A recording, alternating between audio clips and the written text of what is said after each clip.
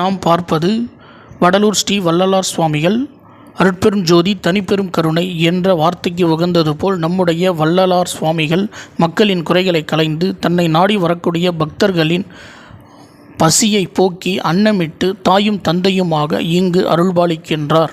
வருடத்திற்கு ஒருமுறை வருகின்ற தைப்பூச நன்னாளில் 7 திரைகளுக்கு பின் ஜோதி வடிவில் மக்களுக்கு அவர் காட்சி தருகின்றார். இன்றளவும் அவர் ஏற்றி வைத்த அகல் விளக்கு மிகவும் பிரகாசமாக எரிகின்றது. தன்னை நாடி வரக்கூடிய பக்தர்களுக்கு அன்னமிடுவதற்காக அவர் ஏற்படுத்திய அடுப்பும் இன்றளவும் நடைமுறையில் உள்ளது.